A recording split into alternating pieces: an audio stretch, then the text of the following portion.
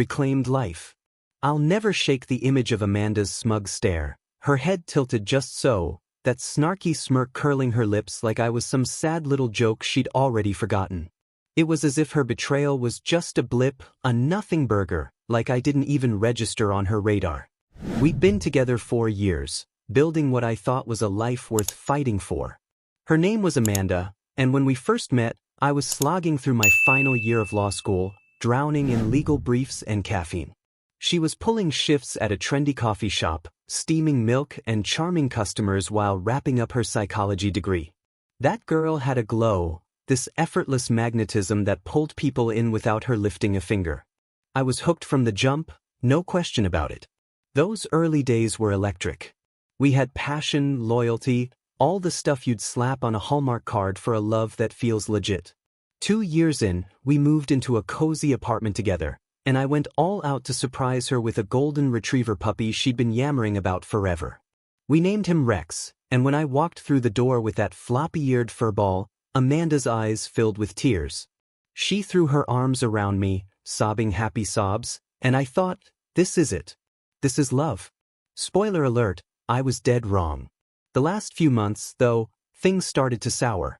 Amanda pulled back, her temper shorter than a burnt fuse, always too exhausted to talk or spend time together. I chalked it up to stress. Maybe her job was grinding her down, or maybe she was still recovering from the mental marathon of her degree. But deep in my gut, something felt off, like a warning light I kept ignoring. She changed her passwords, kept her phone closer than a lifeline, always angled away so I couldn't see the screen. I didn't want to be the jealous type, the guy who snoops through texts like some insecure loser. So I gave her space, handed her my trust like it was a gift. And she took it, shredded it, and threw it back in my face with a laugh. It all came crashing down on a Friday night.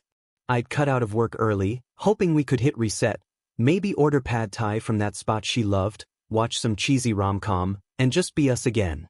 But when I got home, the apartment was eerily still, just Rex pacing by the door, his big brown eyes restless. No note, no text from Amanda. Hours ticked by. Midnight came and went. I tried calling once, straight to voicemail, no surprise there.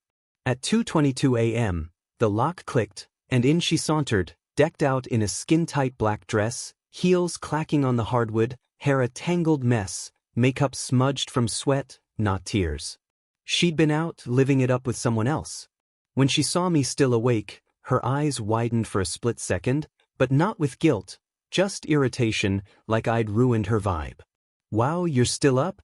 Didn't think you'd give a crap, Mr. Workaholic," she sneered, tossing her purse on the counter with a dramatic huff. I kept my voice calm, asked where she'd been. She rolled her eyes so hard I swear they did a full 360. "Out, genius. What, you want me to draw you a map or something?" she snapped, her voice dripping with that sarcastic edge that made my skin crawl. I didn't clap back, didn't lose my cool. Just stood there, staring, waiting for her to drop the act. That's when she hit me with it, that infuriating smirk spreading across her face like she just won some twisted game. "Oh, fine, whatever. I hooked up with some dude. There, you happy now, Nancy Drew?" She let out this sharp, mocking cackle, like my heartbreak was the punchline of the century. Like she was too cool for consequences, floating above the wreckage she'd caused. Like tearing me apart was just a funny story she'd spill over brunch. That laugh didn't spark rage in me. It was like a fog lifted, replaced by this razor-sharp clarity, cold and precise. I didn't beg or shout. I just nodded, grabbed my car keys, and walked out without a word. Didn't go far, just to a 24-hour diner a few blocks away, the kind with sticky menus and fluorescent lights that hummed too loud. I slid into a cracked vinyl booth, ordered a coffee that tasted like burnt regret, and pulled out my phone. For the next 3 hours, I unraveled the life we'd built, piece by meticulous piece. Amanda had no idea how much I'd been holding things together. The apartment lease? My name, my money covering most of the rent while she chipped in pennies. That shiny car she loved to flaunt, cruising around like she owned the world? Registered and financed through my credit, not hers. She didn't know I'd been quietly filing away every receipt, every bank statement, every vague text that screamed she was checking out. And she definitely didn't know I'd been prepping a fallback plan, just in case her mask slipped.